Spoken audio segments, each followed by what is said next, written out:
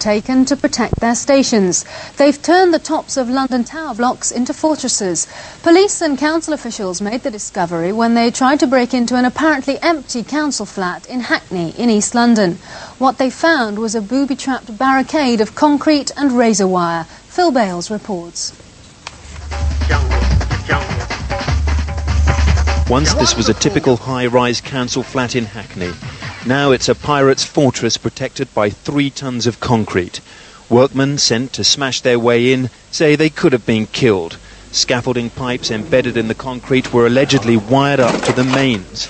It's claimed glass vials containing ammonia and CS gas were embedded in the wall, waiting for the workmen to strike. This block in itself is quite high up on sort of London's skyline, and it's an ideal place if you were so motivated to have your own radio station, but we are not going to let people do that in our residential properties. Barbed wire fortifications sit incongruously on the roof of the block, the radio flat just below. Extraordinarily, the fence isn't there to keep the police and illegal radio inspectors out. It's the way the pirates get in. They abseil in. Hanging perilously from a rope, the youngsters behind this craze swing their way into the top window. It's exceedingly dangerous in the first instance because if they fall, they'll die. But that, of course, will be a matter for those people who are determined to illegally use the airwaves. Police are cautious about claims that there's big drugs money behind a network of similar stations across London, aimed at advertising drugs parties. But what is the motive? The council's put in fortifications of its own to secure the empty flats. But the abseiling pirates risk everything to get in. They say the stations make small amounts and it's all harmless fun. They're saying in the newspaper that we earn 50 grand, 100 grand and all that rubbish there, right? They're blowing it all up, you know what I mean? That's nothing. You could never earn that much money out of pirate radio. I don't care what station you run. But on the estate, the view that drugs are involved is expressed by many residents. If evidence emerges that that is accurate, then you may be assured that we at Stoke Newington, the police here, are determined to deal in a robust and vigorous way with misuse of drugs. Whatever happens, I'm going to still do my radio station. I'll do it for the public now. When I started it to do it as a joke. But now it's just a thing where it's gone beyond the joke now. I've got so much listeners. It's the biggest pirate radio station in London. And you're going to stay on air? Of course, sir.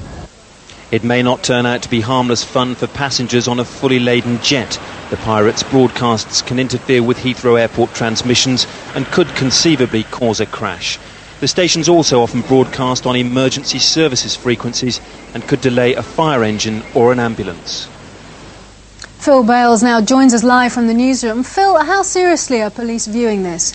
Well, you have to take it very seriously, not only from the point of view of possible loss of life, if it's as innocent as that, because there are stories around that estate that these people actually climb up the side of the blocks of flats without any ropes or any means of support, and quite clearly they could, as the policeman said, fall to their deaths. But quite apart from that, there are unsubstantiated reports that there is quite big money behind this, that some of the parties and raves that are advertised on it do sell drugs, and that drugs dealers are prepared to pay quite a lot of money to get their adverts on these commercial radio stations. So the threat is being taken very seriously.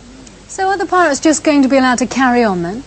I don't think they're going to be allowed to carry on, but quite clearly it's going to be pretty difficult to get into that flat. Already the council is saying that it thinks that it's going to have to bring in the army to get in, because that's a very, very thick wall and reinforced by steel. So I don't think they're going to be allowed to carry on, but for the moment I think they're pretty safe inside there. Fiona.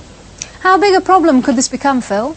It could become absolutely huge if it's a craze that gets completely out of control. But the police say that they are going to tighten up on it. But how do they stop people abseiling up and down buildings? I mean, it's almost impossible to do, I would have thought. Phil Bales, thanks very much indeed.